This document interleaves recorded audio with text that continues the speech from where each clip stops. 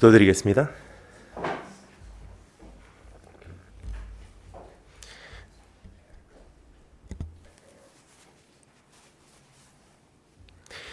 우리에게 우리날 계수함을 가르치사 지혜로운 마음을 얻게 하소서. 주님, 어느덧 그렇게만 까마득히 보였던 2019년도 이제 한 달 남지 않고 우리 눈앞에서 역사 속에 사라지고 있음을 주님 앞에 고백을 드립니다. 지나온 날들 어떻게 살아왔는지 한 번 더 돌이켜 볼 수 있는 마음의 여유를 허락하여 주시고 안목을 허락하여 주시기를 소망합니다. 그래서 감사와 감격이 회복되게 하시고 지나온 날들을 향한 납득과 또 주님을 향한 신뢰가 우리 안에 샘솟아 오르기를 소망합니다. 특별히 때에 맞춰 이 땅에 오신 예수 그리스도를 우리가 기념하는 절기를 지내고 있사오니 주님께서 또 우리를 때에 맞춰 구원하실 것을 신뢰하게 하시기를 소망합니다. 예수 그리스도 보혈을 의지하오니 우리를 정결케 씻어주시고 지금 여기에 계셔서 우리에게 말씀해 주시기를 소망합니다. 주 성령님 기름 부어 주시사 말씀을 전하는 자나 듣는 자가 하나님 말씀 바로 알고 이해하고 삶으로 살아낼 수 있도록 도와주시기를 소망합니다. 살아계신 우리 주 예수 그리스도의 이름으로 기도드립니다.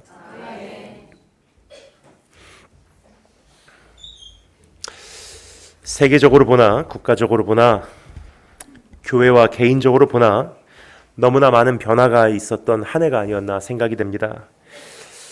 불안정한 세계 정세, 심란한 국가적 분위기, 답이 없는 불경기, 고령화돼 가고 있는 수많은 교회의 현실들, 뜻대로 되지 않는 나의 가족과 자녀, 그리고 손발이 묶인 채 세월의 급류 속에서 허우적거리는 나 자신을 안고 여기까지 오신 분들 한 분 한 분께 먼저 참 수고 많으셨다는 말씀을 드리고 싶습니다.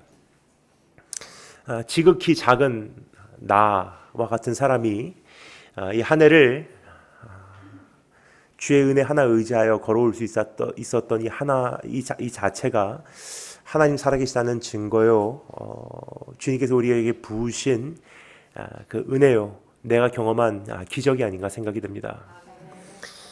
이제 한 달 하고 조금 더 남은 이 한 해를 어떻게 주님 앞에서 마무리해야 할 것이며 밝아오는 새해는 어떠한 각오로 결심으로 맞이해야 하는가라는 질문에 대한 답을 오늘 이 시간 생각해 보고자 합니다. 그래서 오늘 이 말씀으로 이제 3일 동안의 부흥의 막을 열게 되는데 오늘 이 시간에는 감사와 그 납득에 대한 내용이 되겠습니다. 지나온 날들을 한 번 더 가슴에 되새겨보며 주님께 이 절기에 이 계절에 올려드려야 되는 마땅한 감사를 돌려드리고 또 한 해에 도저히 이해가 될 수 없었던 것들을 주님을 신뢰함으로 주님의 기준으로 그냥 납득해버리는, 소화해버리는 축복이 우리 안에 있기를 원하는 것입니다. 그리고 오늘 오후 시간에는 지나온 날들을 돌아보며 회개와 돌이킴이 있었으면 좋겠고요. 그리고 내일 저녁에 이어지는 집회 속에서 이제 주님의 새해를 향한 도움과 한 해를 어떻게 마무리해야 하는가 하나님의 개입하심이 갈망되는 시간이 되기를 소망합니다. 그리고 마지막 날 저녁, 화요일 날 저녁이 되겠죠. 그 시간에는 이제 앞으로 우리가 어떻게 살아가야 될까, 새로운 결단과 앞을 향한 한 걸음이 우리 안에서 내딛어지기를 간절히 소망합니다. 오늘 첫 번째 시간 감사와 납득에 대해서 주어진 본문 말씀을 통해 잠시 주님의 음성에 그 초청에 귀를 기울여보도록 하겠습니다. 오늘 이 시간 주어진 본문 말씀을 통하여 기한과 목적과 선물이라는 제목으로 지나온 한 해를 주님 앞에서 납득하고 현재 놓여진 현실에 대하여 감사하고 다가오는 내일에 대한 확신을 소유하기를 원하는 것입니다. 오늘 이 말씀을 다음과 같은 두 가지로 나누어서 정리해 보도록 하겠습니다. 첫 번째, 정해진 기한과 목적, 그리고 두 번째, 허락된 오늘의 선물. 크게 나누어서 이 두 가지로 오늘 주어진 말씀에 함께 귀를 기울여 보도록 하겠습니다. 그럼 첫 번째, 여러분 한번 따라해 주시면 감사하겠습니다. 정해진 기한과 목적. 시간 관계상 다시 읽지는 않겠습니다. 하지만 1절부터 8절까지의 말씀을 제가 근거로 전하고 있음을 여러분께서 이해해 주시면 도움이 되지 않을까 생각이 됩니다. 그리고 중간중간 제가 읽어 올리도록 하겠습니다. 오늘 이 말씀 보면요, 전도자는 가장 먼저 자신이 깨달은 진리를 다음과 같이 우리에게 알려주고 있습니다. 전해주고 있습니다. 말해주고 있습니다. 1절 말씀 이렇게 기록되어 있죠. 천하의 범사가 기한이 있고 모든 목적이 이를 때가 있나니 라고 선언하고 있습니다. 그리고 이제 이 말씀이 시작되면서 2절부터 8절까지에 소개되어지고 있는 여러 가지 때에 대해서 우리는 발견할 수가 있습니다. 날 때가 있고 죽을 때가 있고 심을 때가 있고 거둘 때가 있고 등등 8절까지 이와 같은 목록이 지속이 됩니다. 때가 있다는 것은요, 한 때가 지나고 그 다음에 때가 도래할 때까지 그 때와 때 사이에 기한이 존재한다고 오늘 전도자는 우리에게 알려주고 있습니다. 하나님께서 정하신 때가 있고 또 다음의 때가 우리의 삶에 찾아오기까지 때와 때 사이를 기한이라고 일컫는 것입니다. 자, 그렇다면 그 기한은 세월의 흐름 속에서 무슨 기준으로 그 길이와 짧기가 정해지는가라는 질문을 할 수밖에 없습니다. 그 기한이 다 돼야지 다음의 때가 도래하기 때문입니다. 그러면 그 기한의 길이는 무엇으로 정해지는가라는 질문을 할 수밖에 없다는 것입니다. 그것에 대하여도 전도자는 우리에게 답을 제시해주고 있습니다. 목적을 기준으로 모든 기한이 정해진다고 말해주고 있는 것을 발견할 수가 있습니다.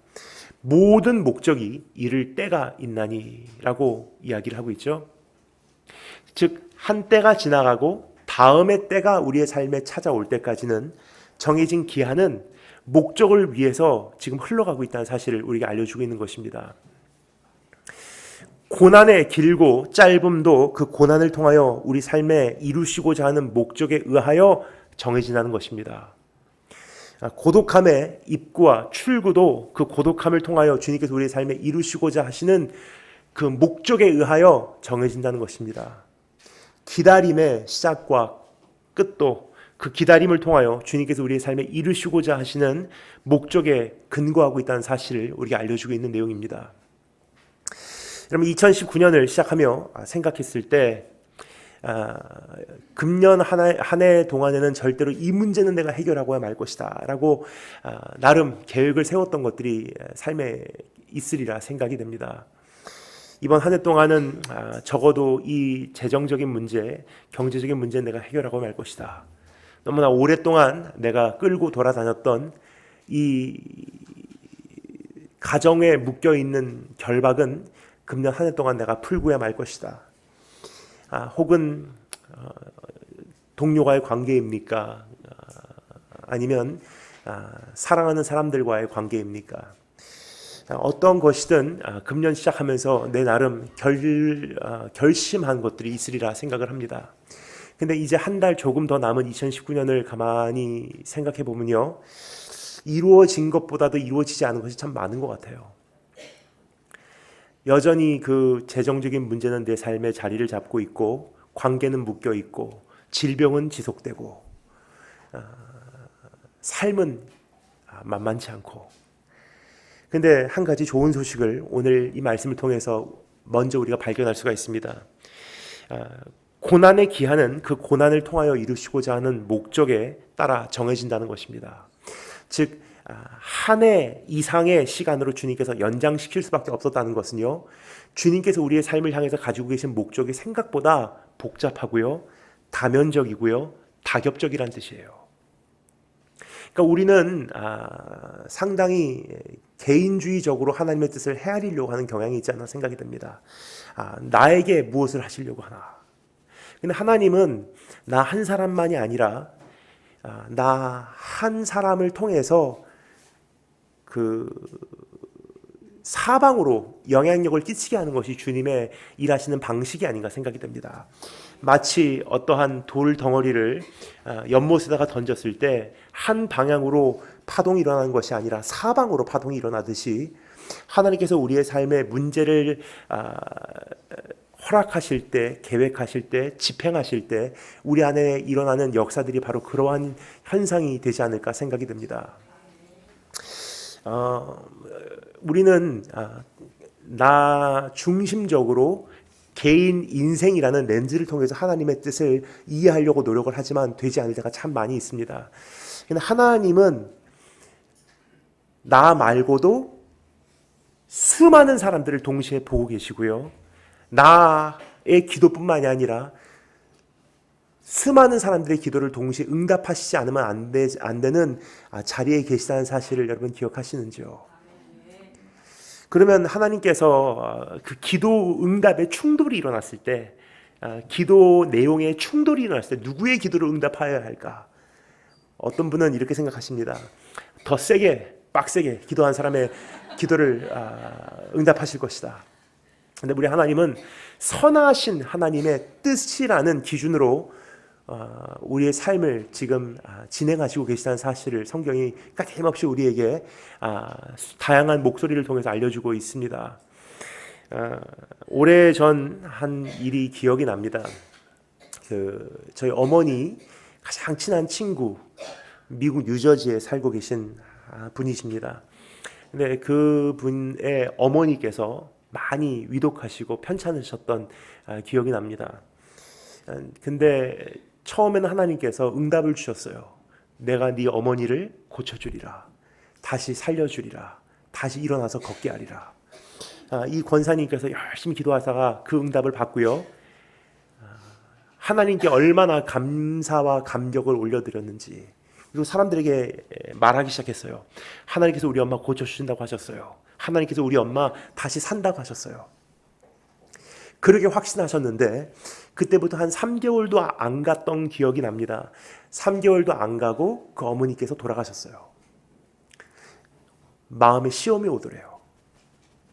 하나님께 많이 원망을 품고 있었습니다. 하나님, 나에게 분명히 응답하신 거 아니었습니까? 우리 엄마 고쳐주신다고, 우리 엄마 다시 살려주신다고. 근데 왜 데리고 가셨습니까? 하고 신앙이 그 급속도로 차가워졌고요. 마음은 강팍해졌어요.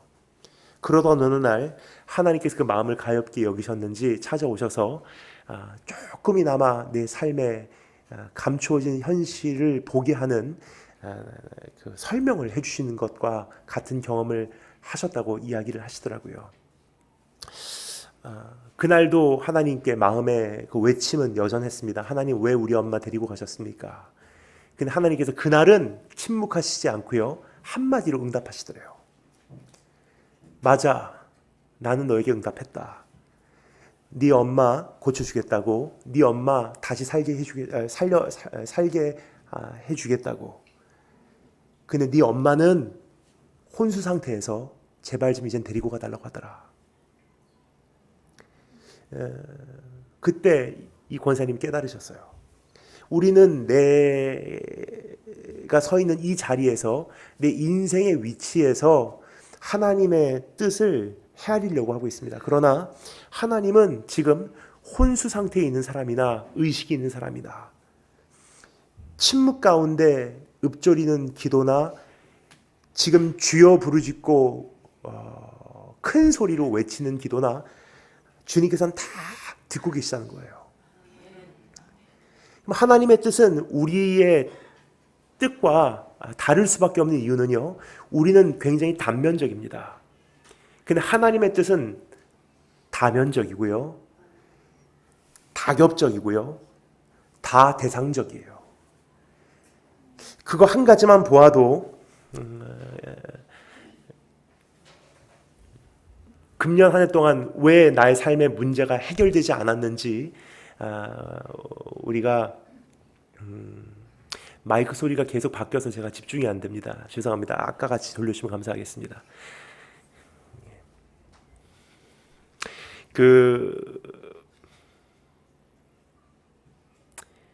어디까지 했죠?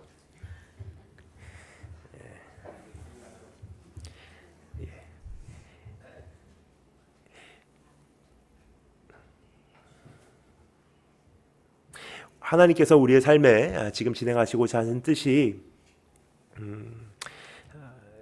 복잡하기에, 단순하지 않기에 우리의 삶의 문제가 금년 안에 해결되지 않았다는 사실을 이제 마음에 한 번 더 새기시고 일어나시는 축복이 있을 주님으로 축원합니다. 자, 지금까지 정리한 바를 다른 말로 한 번 더 표현하도록 하겠습니다. 모든 기한은 목적을 향하여 나가고 있습니다.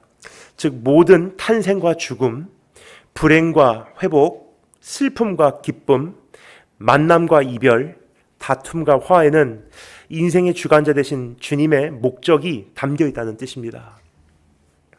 그래서 주님의 뜻이 이루어지기 전까지는요, 그 기한은 막을 내리질 않아요. 그러니까 주님의 뜻이 이루어져야지 그 기한은 차오르게 되고요. 한때는 이제 겸손히 그 모습을 감추고 무대 뒤로 사라지고 새로운 때가 우리의 삶에 그 모습을 드러내기 시작하는 것입니다.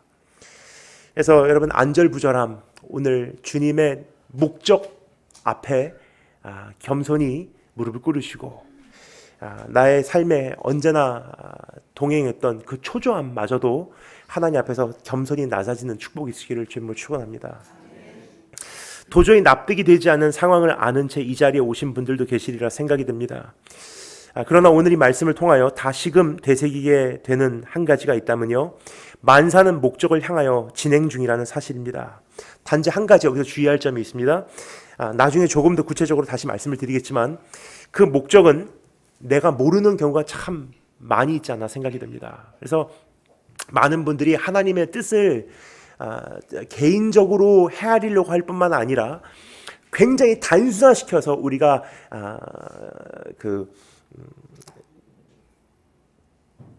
정의하려고 하는 경향이 있지 않나 생각이 돼요. 예를 들어서 삶의 질병이 있습니다. 고난이 있습니다. 실패가 있습니다. 그러면 하나님의 뜻을 억지로 해석해서 끼워 맞추려고 하시는 분들이 가끔 계십니다.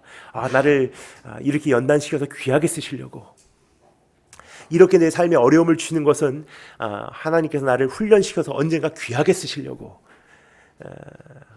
그렇게 질병 가운데 고생하시는 것은 하나님께서 그 고난을 통해서 연단시킨 후에 귀하게 쓰시려고 그러십니다. 근데 솔직히 말씀드리면요, 우리가 하나님의 뜻에 빙산의 일각도 모른 채 이 세상을 떠나는 경우가 거의 태반이라고 저는 생각해요. 주님께서 뭐라고 이 억울함을 우리에게 호소하십니까? 나의 생각과 너희 생각이 다르며 나의 뜻과 너희 뜻이 다르다. 그러니까 주님께서 우리에게 보여주시는 것은요, 조금 견뎌낼 수 있는 한 부분이에요. 근데 그것은 수면 위로 올라와 있는 한 부분일 뿐, 수면 밑으로 존재하는 하나님의 뜻은요, 상상을 초월하게 넓고 깊다는 뜻이 사실입니다. 그것에 대해서 조금 더 나중에 살펴보도록 하겠습니다. 근데 일단 2절부터 8절까지 말씀을 이어서 살펴보도록 하겠습니다. 2절부터 8절까지 소개된 인생 만사의 목록을 살펴볼 때 또 한 가지 확신할 수 있는 것이 있습니다. 이제 이 목록은 이 상반되는 두 가지 상황을 짝지어서 우리에게 이렇게 나열해주고 있죠. 상반되는 이 두 가지 상황들을 쭉 목록으로 기록을 해주고 있습니다. 예를 들어서 날 때와 죽을 때, 모든 사람에게 찾아오는 때입니다. 심을 때와 뽑을 때, 죽일 때와 치료할 때, 헐 때와 세울 때, 울 때와 웃을 때, 슬퍼할 때와 춤출 때, 돌을 던져 버릴 때와 돌을 거둘 때, 안을 때와 않는 일을 멀리할 때, 특별히 제가 가장 은혜가 되었던 부분이 이 부분이에요. 찾을 때와 잃을 때래요. 우리말로는 찾을 때라고 되어 있는데 이것은 영어로 find라는 단어가 아니라 search라는 표현이에요. find와 search의 차이가 무엇이냐? find는요, 발견했다는 뜻이에요. 결과론적인 표현이죠. 찾은 후에 발견했다, 되찾았다, 결과를 이야기하고 있는 표현입니다. 근데 우리말로는 이 찾는다 그러면요, 이게 그 과정을 이야기하는지 결과를 이야기하는지가 확실하지가 않아요. 근데 영어로 보면 find 뭐죠? 찾아냈다, 그렇죠? 근데 오늘 이 본문 말씀 보면요, find가 아니라 search예요. 찾고 있다. 문자면 찾을 때와 찾으려고 몸부림칠 때, 발견하려고 추적할 때도 있지만 이제는 찾으려고 하는 것을 내려놓을 때도 있어야 한다. 아무리 찾아봤자 답이 보이지 않을 때, 찾는 것이 오히려 부작용을 일으킬 때, 찾는 일을 이제는 중단해야 되는 때도 있도다라고 이야기하고 있는 내용인 것입니다. 그리고 찢을 때와 꿰맬 때, 잠잠할 때와 말할 때 등등 이와 같이 목록이 쭉 진행되고 있습니다. 극과 극인 경우들을 짝지어 소개하고 있는 것은 그 사이에 포함된 모든 경우를 통틀어 우리에게 말해주고 싶었기 때문입니다. 태어날 때와 죽을 때 그 사이에 있는 모든 경우들이 지금 이 목록 안에 포함이 되어 있다는 뜻이에요. 즉 인생 만사에는 때가 있다. 지극히 작은 것부터 지극히 위대한 것까지 창조주의 목적에 의하여 움직이고 있으며 그 목적을 이루기 위한 기한에 굴복하고 있다는 사실을 우리에게 알려주기 위한 이 전도자의 음성이 아닌가 생각이 됩니다. 모든 것이 목적이 있어요. 그리고 모든 것이 그 목적 안에 있는 목적을 기준으로 한 기한으로 지금 진행되고 있습니다. 그 기한의 시작과 기한의 끝을 표시하는 것이 때예요. 근데 이 모든 목적과 기한과 때를 주관하신 분이 하나님이시라는 뜻이에요. 그러니까 우리의 삶에 한 가지도 우연이 없고요, 한 가지도 사고가 아니라는 것입니다. 하나님께서 우리의 머리에 머리카락의 숫자마저도 헤아리신 바 되었다고 성경은 이야기하고 있어요. 또 다른 곳을 보면요, 하나님께서 우리의 눈물을 병에 담으셨대요. 병에 담으셨다는 것은 완전히 측정하셨다는 거예요. 몇 월 며칠 언제부터 시작되는 그 고난으로 인해서 몇 월 며칠 몇 년도까지 그 고난이 지속될 터인데 그때까지 어느 분량의 눈물을 흘리게 되어 있어. 무엇을 한다 한들 그 한 방을 덜할 수도 없고 어떠한 수를 쓴다 한들 그 눈물 한 방울을 거기다 추가할 수도 없다. 여러분, 아무리 좋은 것도 혹은 아무리 나쁜 것도 영원하지 않습니다. 왜냐? 때가 되면 끝나게 돼 있어요. 기한이 차면 막을 내리게 돼 있다는 거예요. 따라서 좋은 것에 마음의 전체를 빼앗기지 말며 나쁜 것이라고 완전히 상심할 필요가 없다고 우리에게 알려주고 있는 전도자의 음성인 것입니다. 목적이 이루어지면 기한이 차게 될 것이고 모든 상황들은 반드시 막을 내리게 되어 있는 것입니다. 이와 같은 진리를 우리에게 끊임없이 되새김질하기 위하여 하나님께서 우리에게 기억나게 해주시는 이런 지렛대를 우리 삶에 배치를 해놓으신 것 같아요. 그 중에 하나가 저는 모든 사람들에게 보여주시는 일반 계시 중에 하나인 자연이 아닌가 생각이 듭니다. 푸르른 이파리, 아름답다, 이제 여름이다, 활기찬다 싶으면 어느 사이엔가 나무 이파리 색깔이 바뀌기 시작해요. 밤색으로, 노란색으로, 붉은색으로.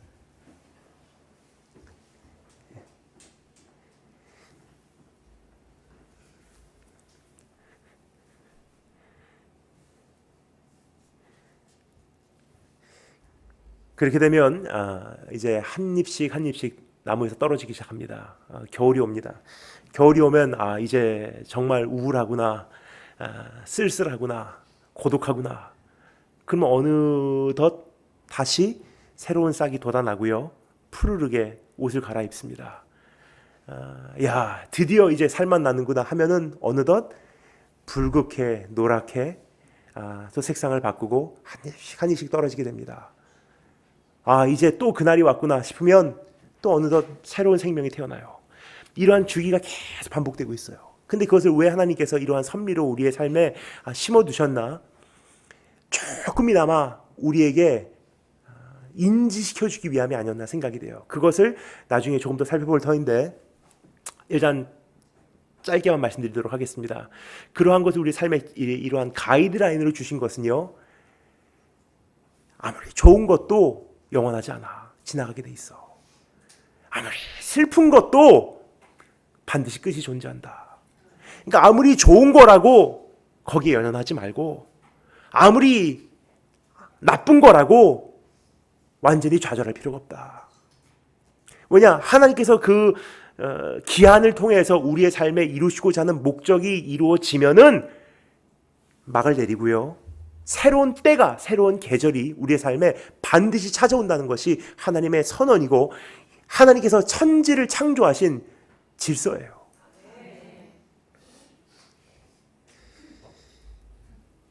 그래서 오늘 제가 찬양 한 곡 가사 읽어드리겠습니다.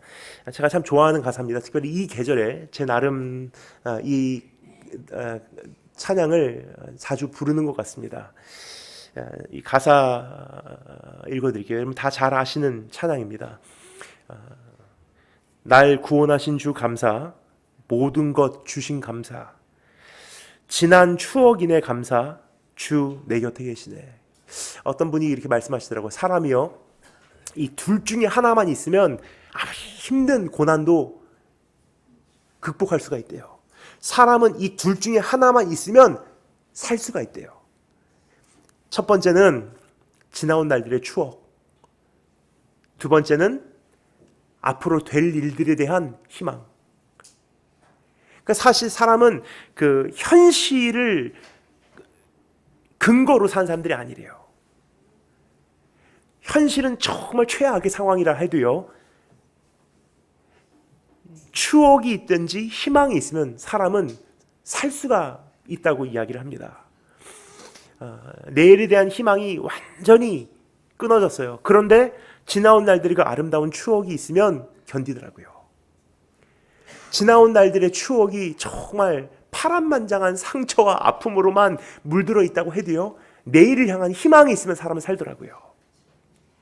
근데 오늘 이 가사 보면 이렇게 기록되어 있죠. 지난 추억이네 감사, 주 내 곁에 계시네. 그러니까 가만히 돌아보면 정말 만만치 않았던 현실들이었는데 어느덧 그 현실들이 내 머릿속에서 추억이라는 언어로 자리를 잡고 나니까 주님의 발자국밖에 머리에 기억이 안 남더라고요. 순간순간은 눈물의 여정, 아픔의 여정, 상처의 순간순간들이었지만 지나와서 돌아보니까 주님과 함께 걸어온 시간들이더라고요. 향기로운 봄철의 감사, 외로운 가을날 감사, 사라진 눈물도 감사, 나의 영혼 평안해. 그러니까 어느 사이엔가 나도 모르는 사이에 한동안 흘렀던 그 눈물이 사라져 있더라고요. 혹시 그런 것을 여러분 개수하는 여유를 최근에 가지신 적이 있으신지, 우리가 불렀던 찬양 기억하십니까? 세상을 사는 지혜, 하늘을 바라볼 겨를도 없이 정신없이 세상을 살다가 마음의 첩첩함이 내 삶을 억누를 때 그제서야 내가 주님을 찾습니다. 그런데 오늘 이와 같은 기회를 통해서 한번 모든 것에 브레이크를 거시고 한번 사라진 눈물이 어떠한 것들이 있는지 한번 되새겨보는 것도 우리의 삶에 하나님께 주시는 특별한 기회가 아닌가 생각이 듭니다.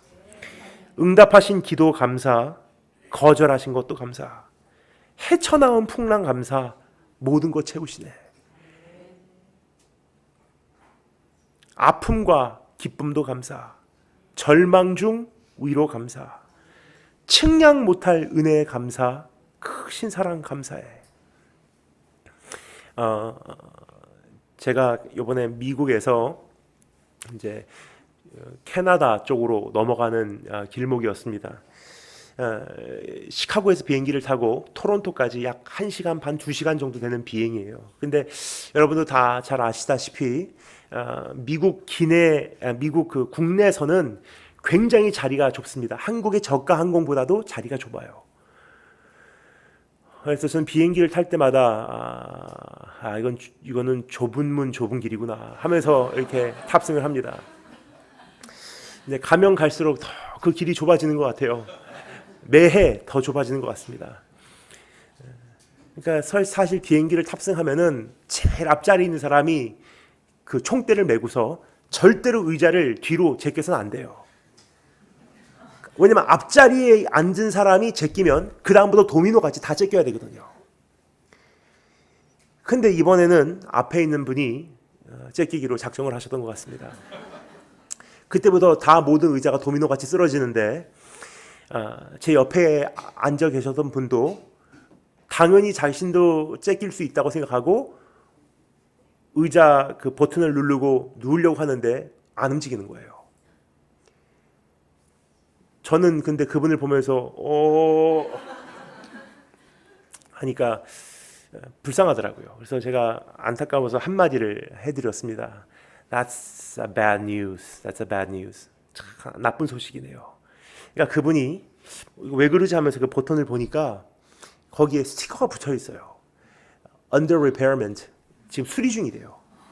그러니까 얼마나 제가 이제 속된 표현으로 이야기를 하면 얼마나 재수가 없으면 하필 그 의자에 그분은 앉으셨는지. 야, it's a bad news. 그러니까 전 그분이 저에게 하시는 그 답 말 한마디가 참 저에게 부끄러웠어요. 왜 크리스찬인데 나 그런 생각은 못했을까? 그분은 아마 교회 다니는 분은 아니라고 생각해요. 근데 이분이 저에게 딱 던진 한마디가요, 저에겐 충격이었어요. 그리고 삶의 모든 것을 다시 한번 돌이켜보게 되더라고요. 제가 말합니다. That's a bad news. That's a very bad news. 참 나쁜 소식이네요. 그러니까 그분이 하시는 말씀이 If this is bad news, today must be a great day. 오늘 이게 나쁜 소식이라면 오늘은 참 좋은 날이래요. 가만히 생각해 보면요, 이번 한 해에 우리 삶에 찾아올 수 있었던 최악의 소식들이 참 많이 있었으리라 생각이 듭니다. 근데 이 정도로 우리의 삶이 지금 넘어갈 수 있다는 것은요, 이번 한 해는 참 좋은 한 해였었어요, 여러분. 측량 못할 은혜 감사. 그러니까 이게 측량을 할 수가 없는 은혜더라고요. 길가의 장미꽃 감사, 장미꽃 가시도 감사.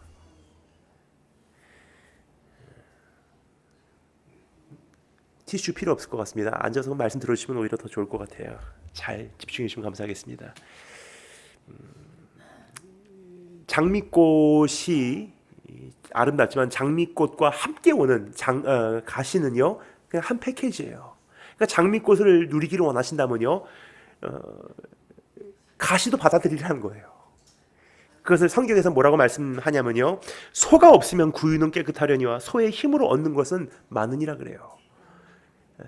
소를 원하면 구유가 더러워지는 것도 감수해라. 근데 우리는 소가 있다는 것보다도 구유가 더러워지는 것 가지고 하나님께 감사할 내용을 잃어버리지 않나 생각이 돼요.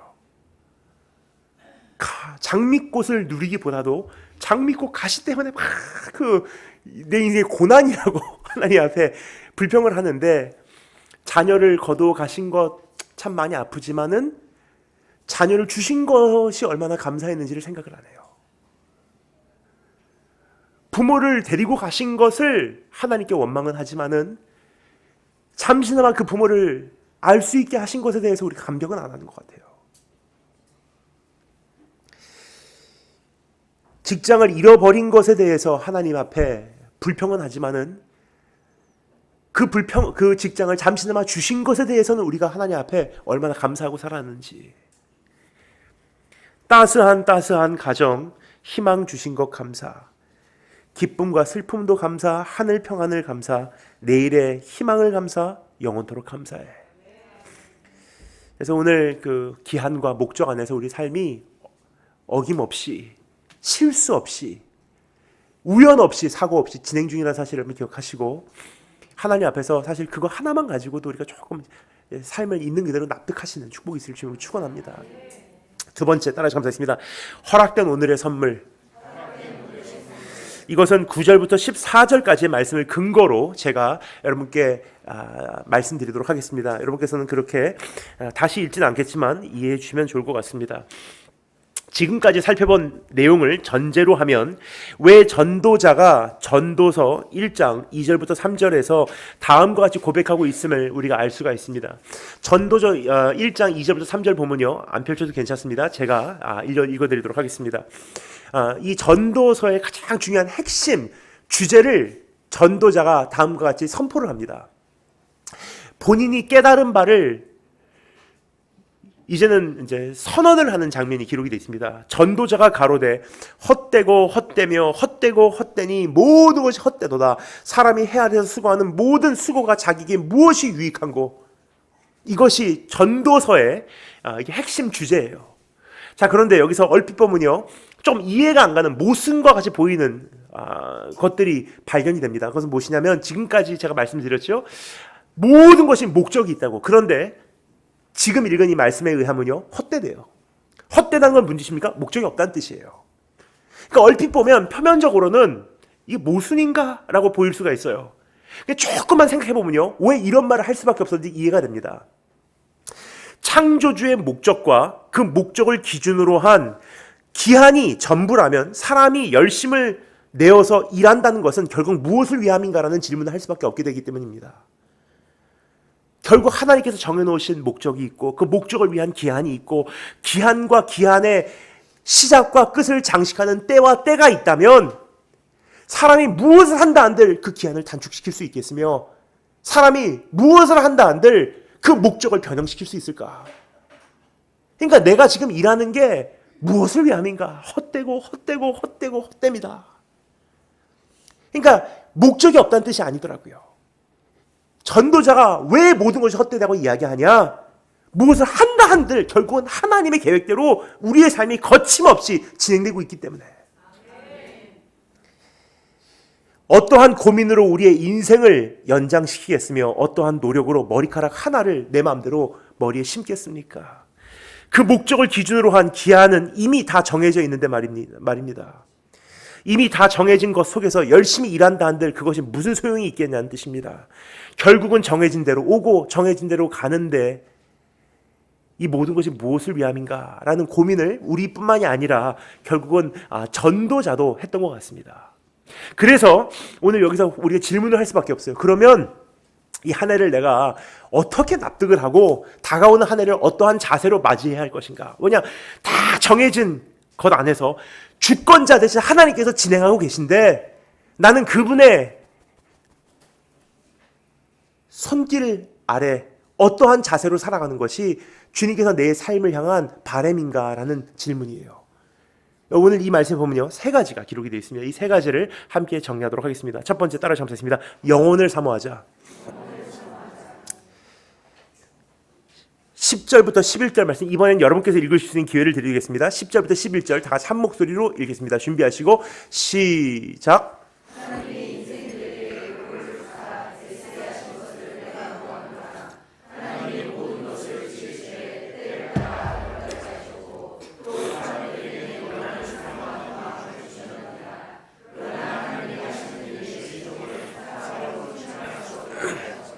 아멘.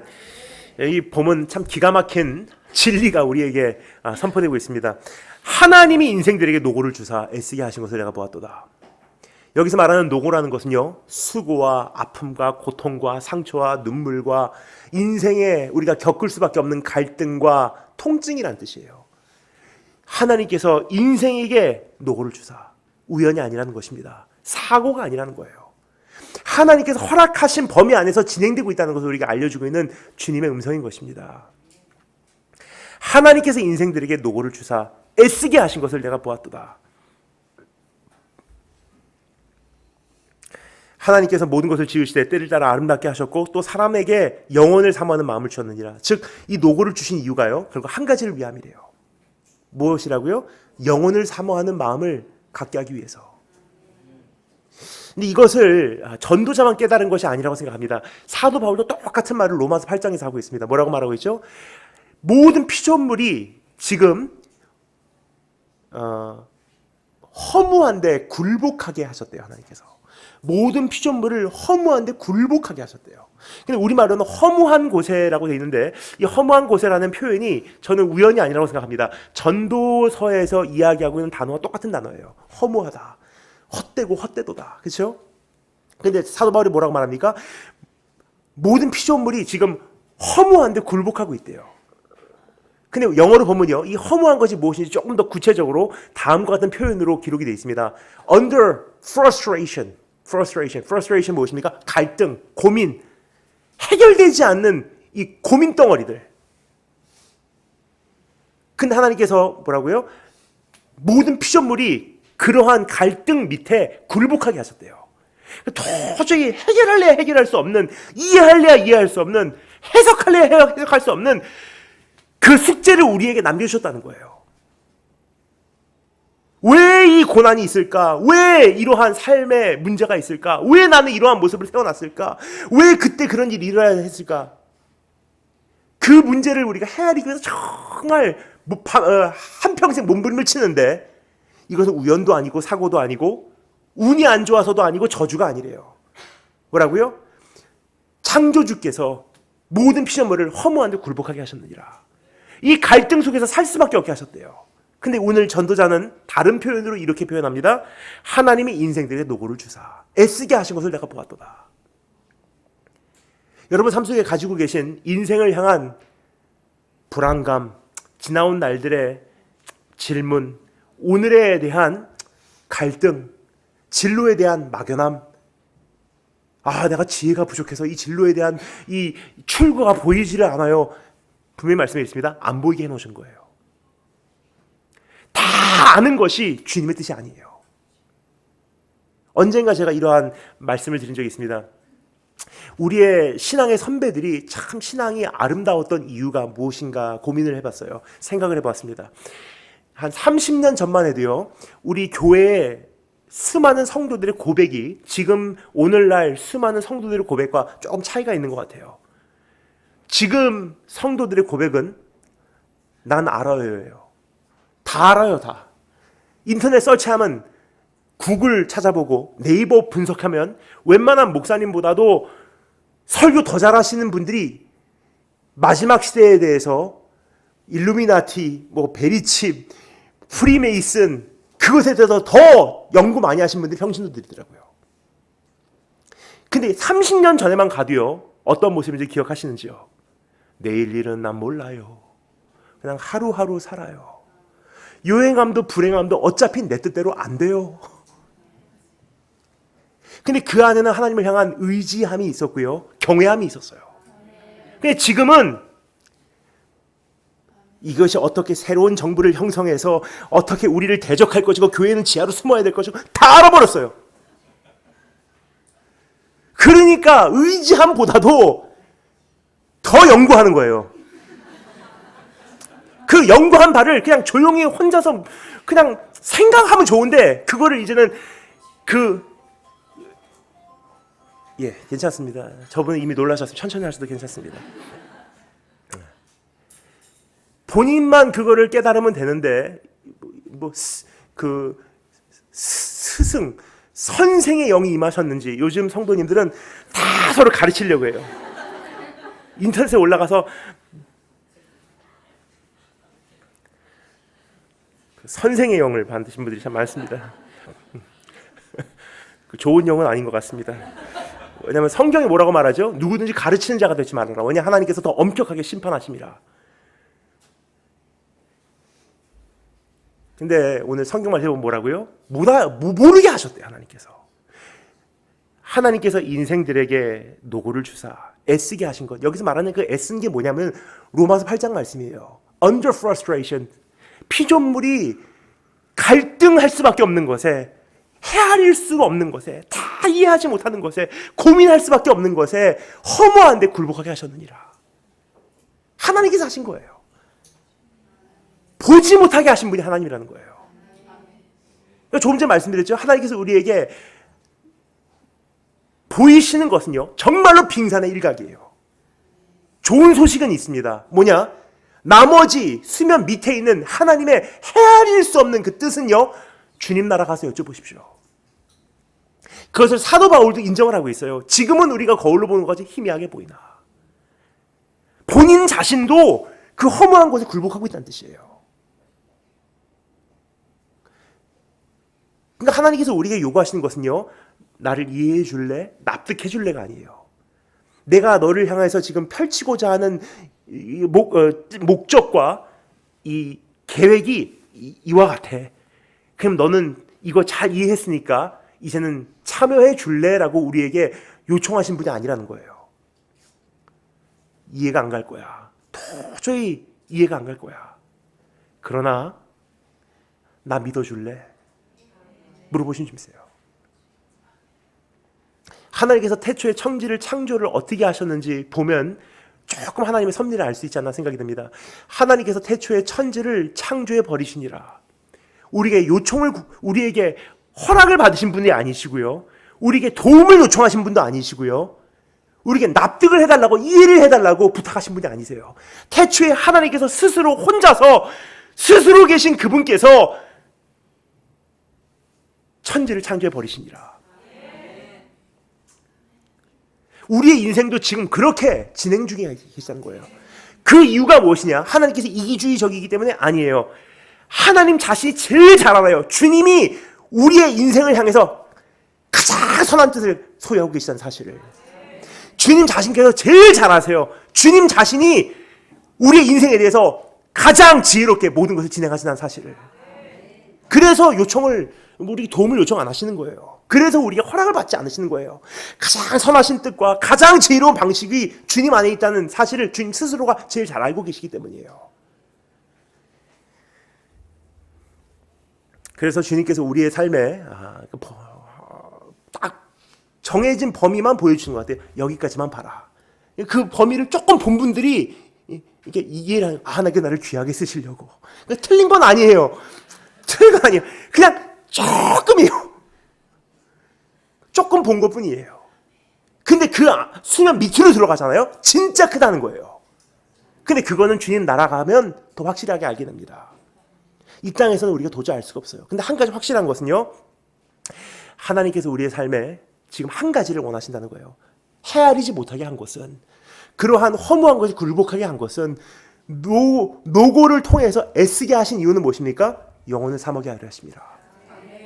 하나님, 결국은 난 모르겠어요. 주님 나라 가고 여쭤볼게요. 이거 아무리 해도 아무것도 아니구나. 그냥 이 땅은 정말 별볼이 없구나. 주님 나라 가면은 위로를 받겠지. 그러니까 이 모든 것이 결국은 하나를 위해서 지금 진행 중이라는 거예요. 영혼을 사모하게 하십니다. 그러니까 우리의 삶에 주님께서 이루시고 하시는 목적이 무엇인지 조금은 알 수 있어요. 이 고난을 통해서, 아픔을 통해서, 눈물을 통해서 헤아릴 수 없는 내 삶에 수십 년 동안 지속되는 이 눈물을 통해서 주님 나라 사모하기 위해서, 영혼을 사모하기 위해서, 예수님을 사모하게 하기 위해서. 그러니까 우리가 지나온 한 해를 돌아보고 이 새로운 한 해를 준비하는 가장 첫 번째 온전한 자세가 무엇이냐면요, 영혼을 사모하는 자리로 돌아오라는 거예요. 이번 한 해 주님 앞에서 청산합니다. 내가 얻은 것도 얻은 것으로 여기지 않겠습니다. 이제 다시 한번 영혼을 향하여 달려가도록 하겠습니다. 오늘 주님 앞에서 그러한 새로운 결단이 이루어지기를 주님으로 축원합니다. 두 번째 단락을 잘못했습니다. 오늘을 살아내자. 12절 13절 함께 읽겠습니다. 12절 13절 함께 한 목소리로 읽겠습니다. 준비하시고 시작.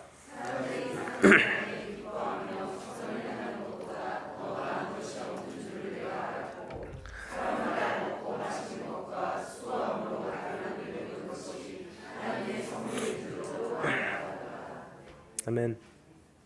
오늘을 마음껏 누리는 것이 주님의 선물입니다. 단지 한 가지 틀 안에서 누려야 합니다. 기뻐하며 선을 행하는 것이라고 말해주고 있죠. 그러니까 주님께서 우리에게 이미 틀을 정해주셨어요. 어차피 다 헤아릴 수가 없어. 그런데 네가 헤아릴 수 있는 것은 딱 눈앞에 있는 오늘이라는 현실이야. 그것만 잘 누리면 돼.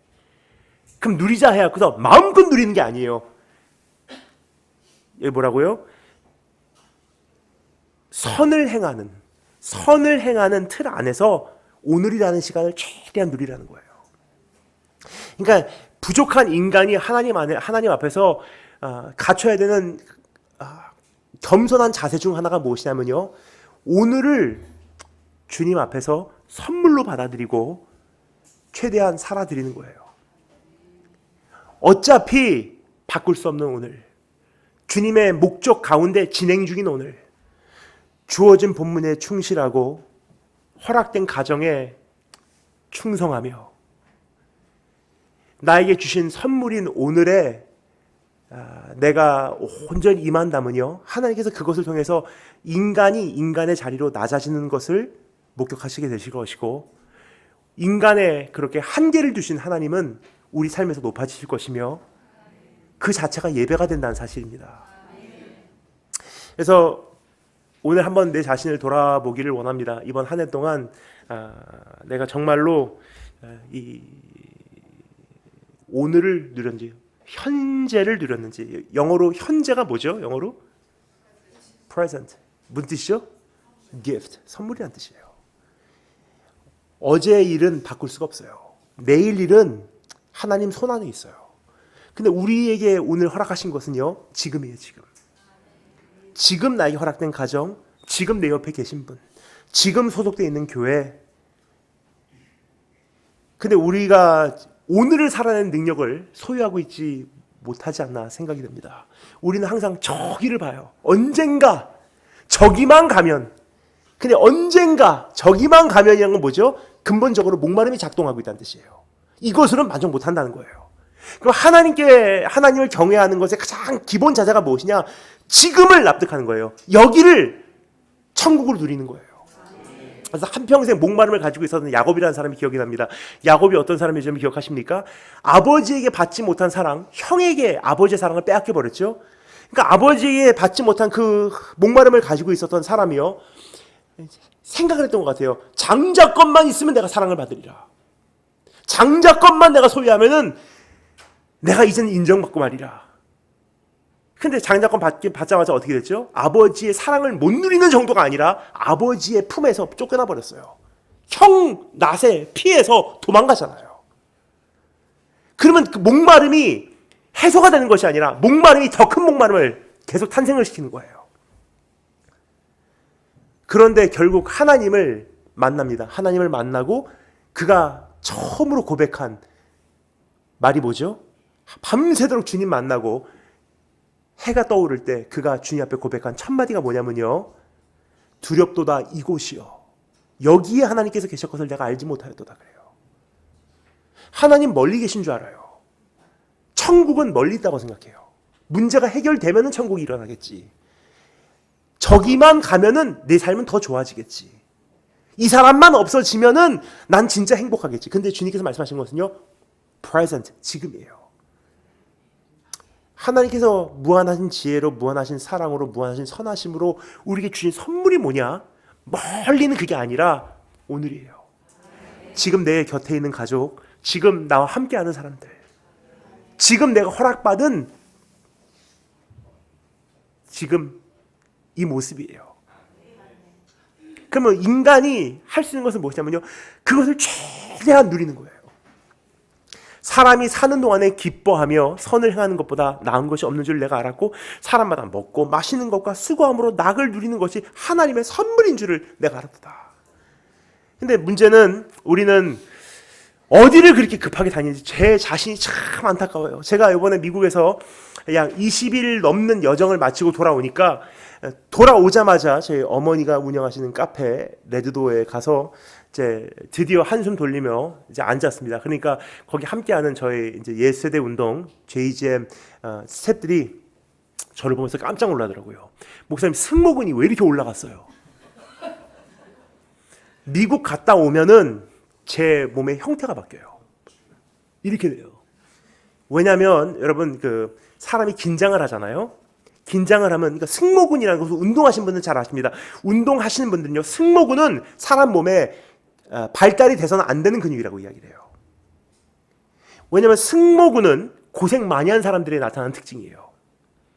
승모근은 그러니까 사람이 예를 들어 긴장을 하잖아요. 긴장을 하면은 혈압이 올라갑니다. 혈압이 올라가면요, 이게 스트레스이기 때문에 혈압이 올라가면 호흡이 빨라져요. 그렇죠? 그러면 호흡이 빨라진다는 것은요, 계속 산소가 더 많이 필요하다는 거예요. 그러면 허파와 이 폐가 팽창을 해요. 그럼 사람 몸이 그것을 호흡을 위해서 더 산소를 끌어들여야 되기 때문에 팔이 저절로 올라가요. 그래서 사람이 화가 나거나 스트레스를 받으면 씩씩거린다 그러잖아요. 이렇게 다니는 거예요.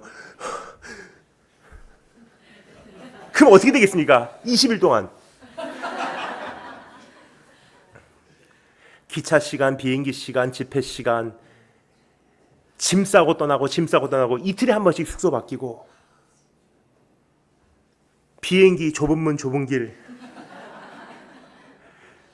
숙소 매일매일 잠자리 바뀌고, 도저히 더 이상 먹지도 못하는데 먹으라고 앞에 앉아갖고 가라.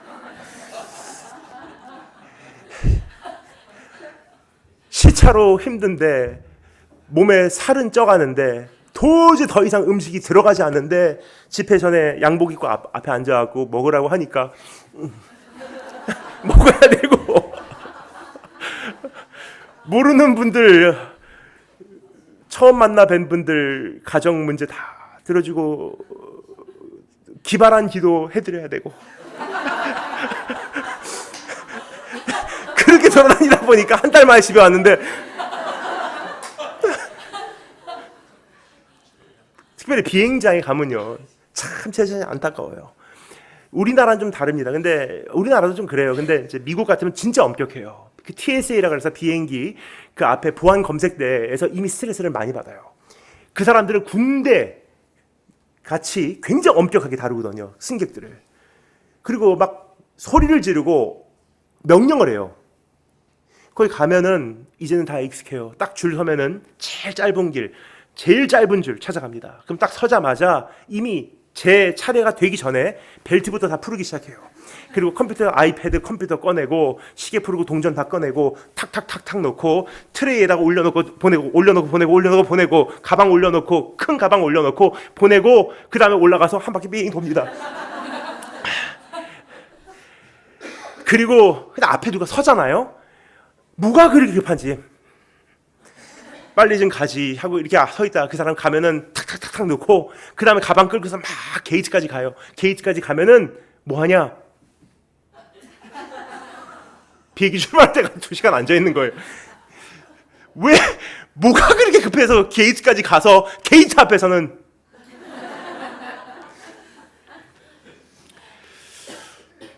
그렇게 살아왔더라고요. 그러니까 무슨 뜻이냐면 순간을 누리는 능력을 상실해버려요. 근데 가만히 생각해보면은 왜 내가 이미 나에게 허락받은 이 가족을 이 한 해 동안 누리지 못했을까? 지금밖에 누릴 수 없는 내 자녀들과 왜 더 많은 시간을 보내지 못했을까? 이게 인간의 한계더라고요. 때와 때 사이에 존재하는 존재. 성장할 때가 있고 부모를 떠날 때도 있고 가끔은 보내야 되잖아요. 그러니까 오늘이라는 시간이에요. 부모와 함께 할 수 있는 시간, 자녀와 함께 할 수 있는 시간, 남편과 함께 할 수 있는 시간. 저 이렇게 다니다 보니까 여행의 5박자를 제가 이제 발견을 했어요. 행복한 여행이 되기 위한 5대 필수 조건이에요. 이 5가지가 다 갖춰져야지 진짜 행복한 여행이 이루어지더라고요. 이 5가지 제가 책으로 쓰려고 했는데 오늘 여러분께 말씀을 드리도록 하겠습니다. 다니엘 여행기라고 쓰려고 했는데 첫 번째가 시간이에요. 시간이 있어야지 여행이 행복하더라고요. 시간에 쫓기는 여행은 그렇게 행복하지가 않아요. 그리고 시간이 있어야지 가잖아요. 두 번째는 돈이에요. 이거는 아무리 물질적인 사람이 아니라고 부인을 하려고 해도요, 돈이 있어야지 비행기를 타잖아요. 그러니까 시간이 있어야 되고 돈이 있어야 되고, 세 번째는 건강이에요. 근데 문제는 젊었을 때는 시간이 있고 시간이 있는데 돈이 없어요. 건강은 있는데 돈이 없어요. 그럼 나이가 들잖아요? 돈은 있어요. 근데 시간이 없고 건강이 없어요. 첫 번째 시간, 돈, 건강. 네 번째 마음의 여유예요. 예를 들어서 시간도 있고 돈도 있고 건강도 있는데 사랑하는 부모, 사랑하는 아내, 사랑하는 남편 오늘 암 말기에 투병하고 계시다고 한번 상상해 보십시오. 여행 가시겠습니까? 마음의 여유가 없어요. 다 있어도 내 회사 이제 침몰하고 있는데 여행 즐기실 수 있다고 생각하십니까? 못해요. 그러니까 마음의 여유가 있어야 돼요. 그리고 마지막 다섯 번째, 함께하는 사람. 시간이 있고 돈이 있고 건강이 있고 마음의 여유가 있고 함께하는 사람이 있으면 정말 행복해요. 그런데 이 다섯 가지가요, 다 일치하는 경우가 인생에 몇 번 없어요. 그 때가 있더라고요. 근데 우리는 무엇을 위해서 삶을 그렇게 충실하게 살지 못했는지 참 때로는 안타까울 때가 있어요. 막 먹고 막 다니고. 근데 가만히 돌아보면 이번 한 해를 마무리하기에 앞서 우리 한번 돌아보면요, 가족하고 시간 좀 보냈으면 좋았었다.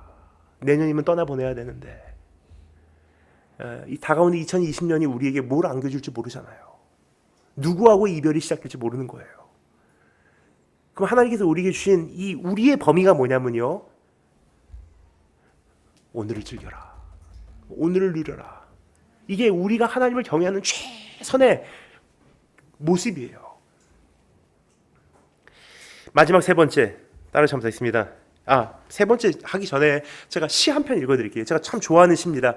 제가 아까 말씀드렸죠, 막 가방 끌고서 비행장 다니는 거, 어디서 이 코너를 돌아야 코너링을 해야지 게이트에 1분이라도 빨리 도착하는지, 저기 가면 중국 관광객들이 지금 면세품 다시 리패킹하고 있고, 저기로 가면은 뭐가 있고, 비행 그 공항을 이제는 다 제가 레이아웃을 알아요. 근데 그러한 제 마음을 다스리기 위해서 제가 가끔 혼자 읊조리는 시입니다. 윌리엄 블레이크라고 하는 시인, 오래된 시인이죠. 그 시인이 쓴 시 한 편 제가 읽어드리겠습니다. 다 읽지 못합니다. 한 부분만 읽어드리겠습니다. 순수의 전조라고 하는 시예요. 한 알의 모래에서 세상을 보고 한 송이 들곳에서 하늘을 보려면 내 손바닥에 무한을 쥐고 한순간에 영원을 담아라. 인간은 기쁨과 슬픔을 위하여 창조되었으니 이를 제대로 깨달을 때 우리는 세상을 무사히 살아내네. 참 저희가 가끔 제 마음을 추스르기 위해서 이 시를 읊조리는데 이 대목이 참 저에게 은혜가 됩니다. 이게 지금 크리스찬 사상으로 지은 시예요. 한 송이에서 우주를 보래요. 우주. 한 송이를 보는데 저 높고 위대하심을 내 영혼이 찬양하리. 하나님께서 이렇게 창조하셨구나. 한 송이 꽃을 보면서 우주를 보는 거예요. 내 손바닥에 영원 무한을 쥐고 한순간에 영혼을 하나님을 맛보는 거예요. 그렇게 살 수 있다면 얼마나 이 인생이 행복하겠습니까? 그러한 여유가 없이 살아온 나의 삶, 오늘 이 시간 한 해를 어떻게 청산하고 어떻게 맞이해야 될까?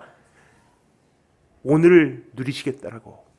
이제 3주 안 남은 이 12월 내가 정말 이제 찾아가야 될 분들에게 찾아가고, 그동안 너무 바빠서 식사도 못했던 가족하고 이제는 식사 자리 마련하고, 함께 대화도 못했던 자녀하고 대화도 하고, 그동안 인사도 드리지 못했던 부모님 찾아가고 인사드리고, 이게 하나님 경외하는 방법이래요. 왜냐하면 인간의 한계를 인정하는 거기 때문에. 그게. 세 번째, 따라 참사했습니다. 주님을 예배하자. 마지막 14절 한 구절 함께 읽습니다. 14절 한 구절 다 같이 읽겠습니다. 준비하시고 시작.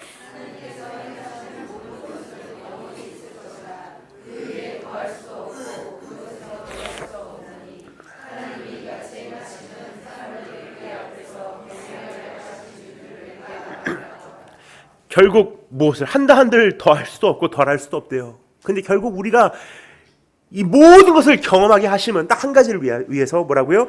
사람으로 그 앞에서 경외하게 하려 하심인지를 내가 알았도다. 그러니까 하나님께서 우리 삶에 요구하시는 바가 뭐냐면요, 주님 경외하는 거예요. 그럼 경외한다는 것은 무슨 뜻이냐? 쉬운 표현으로 이야기하면요, 하나님은 어려운 줄 알게 되는 거예요. 하나님은 어려워하는 존재로 내가 그러한 자세를 배우는 거예요. 하나님을 어려워한다는 것은요, 주님의 주권을 인정한다는 거예요. 하나님, 내 평생 주님 주권 안에 있습니다. 내 삶에 찾아오는 눈물과 아픔과 고난도 주님 주권 안에 있고요. 그것을 거둬가시는 것도 주님 주권 안에 있고요. 우리의 생사 화복이 다 주님 주권 안에 있고요. 나가고 들어옴도 주님의 주권 안에 있고요. 내년 2020년 어떻게 살아가는지도 다 주님의 주권 안에 있습니다.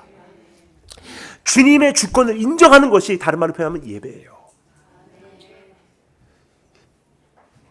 근데 주님의 주권을 인정하면 우리의 예배를 통해서 회복이 일어난다 그러잖아요.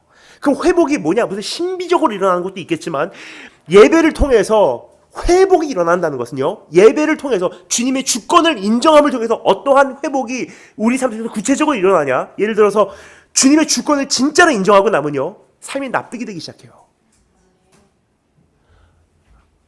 내 삶에 있었던 그런 아픔도 내가 재수가 없어서 그 사람 만난 게 아니더라고요. 하나님께서 그 사람을 내 삶에 심어두신 거예요. 하나님의 주권으로 내 삶을 거기로 인도하신 거예요. 그거는 내 실수일 수 있죠. 그럴 수는 있지만 성경에 뭐라고요? 하나님을 사랑하는 자, 곧 그 뜻대로 부르심을 입은 자들에게는 이렇게 가든 저렇게 가든 모든 것이 합력하여 결국은 주님의 뜻, 선한 뜻을 이루게 돼 있어요. 그러니까 주님의 주권을 인정하면요, 주님은 어려운 줄 알면요, 그렇게 예배를 하면요, 어떤 회복이 일어나냐? 그냥 내 삶에 납득이 되는 거예요. 그 교통사고, 그럴 수밖에 없었겠군요. 우리 상처 치유 많이 이야기하잖아요. 상처 치유하면 우리가 보통 하나님은 과거에도 계셨고 현재도 계시고 장래에도 계신 영원하신 분이시기 때문에 시간과 공간의 지배를 받지 않습니다. 그러니까 우리 하나님과 지금 잠깐 접촉을 하면 하나님께서 과거로 돌아가서 그 상처의 현장에 가셔서 그걸 다 어루만져 주셔서 나의 상처가 없어질 것입니다. 갑자기 오늘로 현재로 돌아와서 안 아프네? 그게 상처 치유라고 많은 분들이 오해를 하세요. 하나님은 타임머신 타고 돌아다니는 분이 아니십니다. 상처 치유를 한마디로 요약하면요, 이렇게 정의할 수 있다고 저는 생각해요.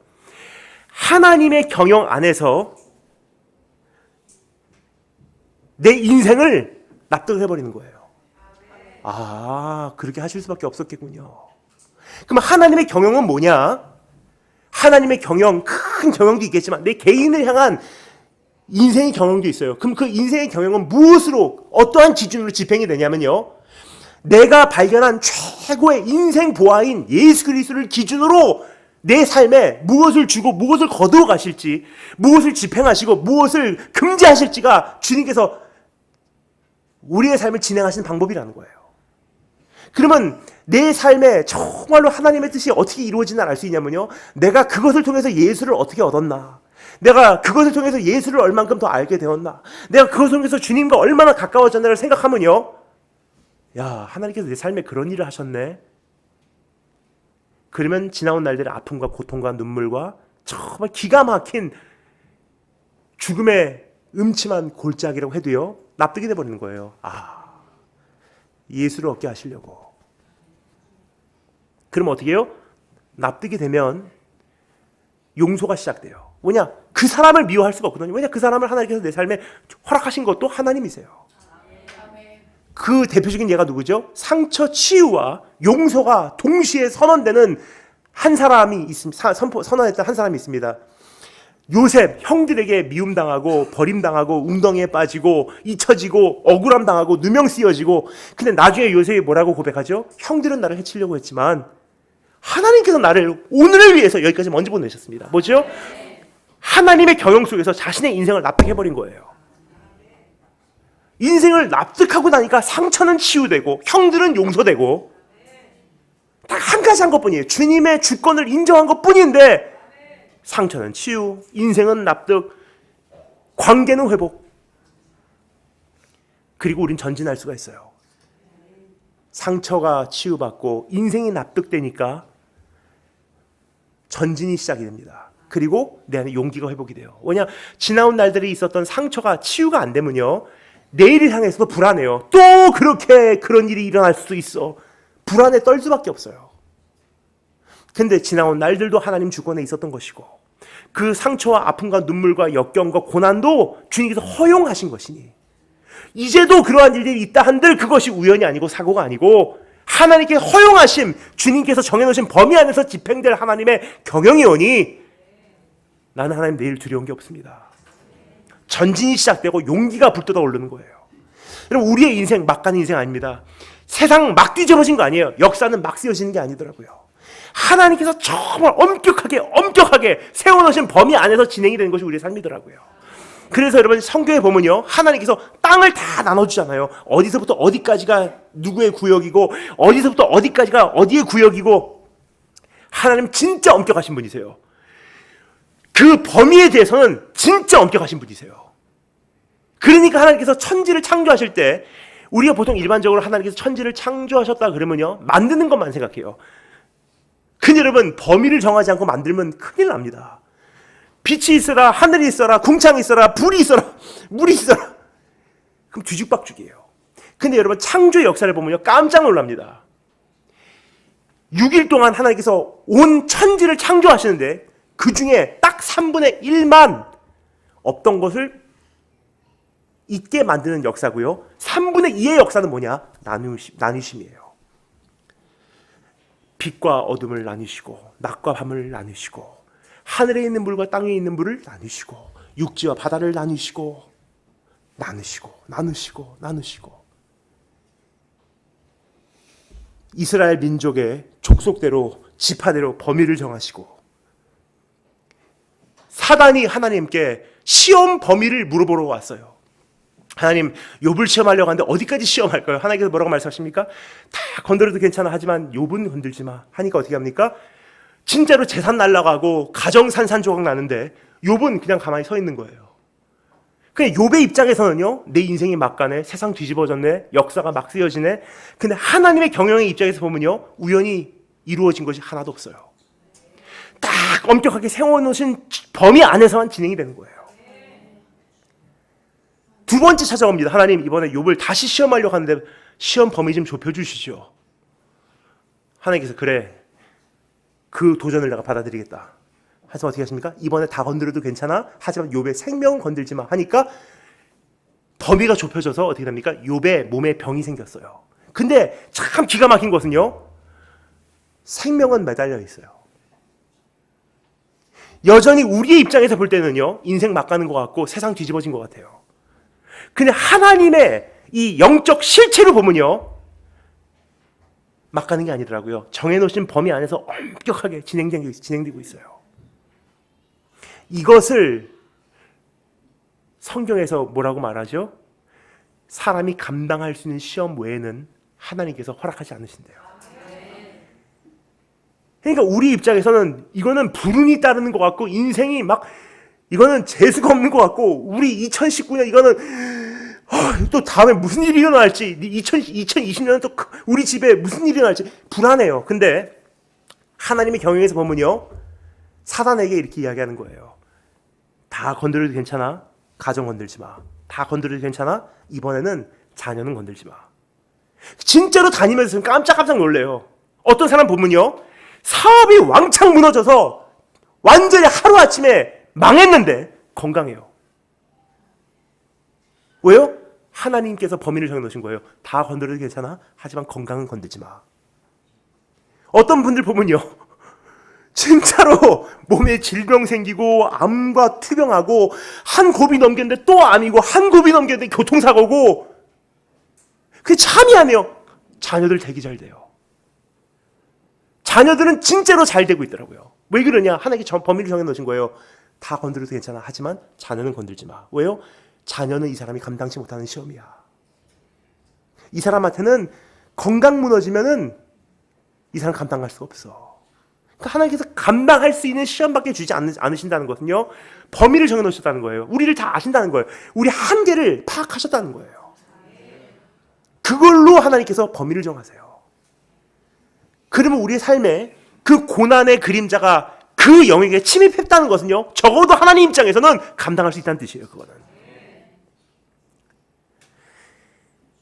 그 하나님의 주권을 인정하는 것, 예배입니다.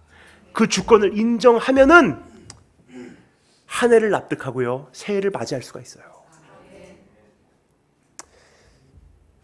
여러분, 이제 크리스마스 다가오고 있습니다. 근데 크리스마스가 우리에게 바로 이와 같은 메시지가 아닌가 생각이 돼요. 왜요? 기약대로 예수님께서 오셨고요, 기약대로 고난 받으셨고요, 정해진 때 하나님께서 예수 그리스도 살리셨고요, 그리고 기약대로 주님 다시 오실 거예요. 그거에 대한 리마인더, 그것에 대한 우리에게 그냥 되새김질을 해주게 하는 것이 크리스마스예요. 마지막으로 말씀을 나누고 마치도록 하겠습니다. 저는 저희 할머니 생각이 가끔 많이 납니다. 저희 할머니가, 외할머니가 저를 키우셨어요. 저에게는 어머니와 같은 분이신데 할머니가 뇌종양으로 많이 편찮으셨거든요. 근데 뇌종양 수술 받고 회복이 되셨어요. 의사 선생님도 진짜 많이 말씀하셨어요. 이제 곧 회복됩니다. 긍정적으로 표현하셨거든요. 야, 이제 회복되는구나. 근데 예상치도 못한 사실이 벌어지기 시작했습니다. 할머니가 갑자기 위독해지고요, 돌아가셨어요. 분명히 수술 잘 되고 회복이 돼야 되는데 돌아가신 거예요. 나중에 알고 보니까 의료 미스예요. 근데 기가 막힌 것은요, 그 엄청난 뇌수술 병원비가요, 그대로 청구가 되는 거예요. 법적인 소송 들어가야 돼요. 근데 그러한 마음을 가지고 저희 어머니께서 기도를 하는데 하나님께서 어머니에게 주셨던 그 음성 지금까지 잊지 못합니다. 새벽 기도 가셨는지 밤에 기도를 하셨는지 기도를 하신 하나님께서 마음에 주시는 확신이 뭐냐면요, 하늘에 날아가는 참새 한 마리도 하나님의 허락하심이 없이는요 땅에 떨어져 죽지 않는데요. 하물며 사랑하는 그 영혼 하나님께 데리고 가신 것은요 의로 미스가 아니라는 거예요. 허용하심이에요. 단지 거기에 쓰임받는 손길들이 있을 뿐이에요.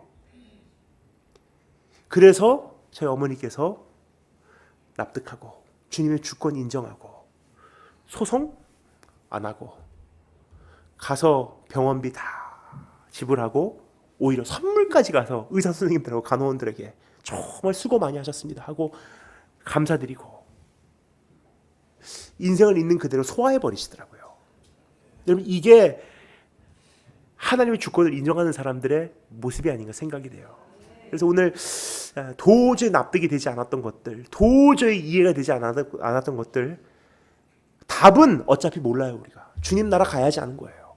단지 우연이 아니었구나, 사고가 아니었구나, 하나님께서 내 삶을 지금 주관하고 계시구나, 그 안에서 위로를 받으시고 오늘 새해를 두려워하지 마시고 주님 안에서 새롭게 맞이하실 축복이 우리 삶에 이루어지기를 주님으로 축원합니다. 다 같이 기도하겠습니다. 우리 짧게나마 내 입술로 고백 드릴 수 있는 시간을 드리도록 하겠습니다. 목사님 올라오실 때까지 우리 이렇게 기도했으면 좋겠습니다. 하나님, 우리의 삶에 주님의 실수가 하나도 없는데 왜 그렇게 낭망하고 좌절했는지, 두려워했는지, 무서워했는지, 근데 오늘 다시 한번 말씀 앞에 내 심령을 가다듬으며 내 용기를 되찾습니다. 지나온 2019년 모든 것이 감사합니다. 이 정도로 끝날 수 있다면 하나님 참 좋은 한 해였음을 주 앞에 고백을 드립니다. 그리고 하나님, 아직도 주님의 목적 가운데 내 삶이 존재하고 있음에 감격합니다. 그리고 2020년 이제 우리에게 다가올 때 두려움으로 맞이하지 않게 하시고 주님 안에서 주님을 신뢰하기에 내 삶에 차오르는 확신과 담대함으로 우리가 받아들일 수 있도록 우리를 준비시켜 주기를 소망합니다. 다 같이 그러한 마음으로 함께 오늘 말씀 되새기며 기도드리는 시간을 갖도록 하겠습니다. 기도하겠습니다.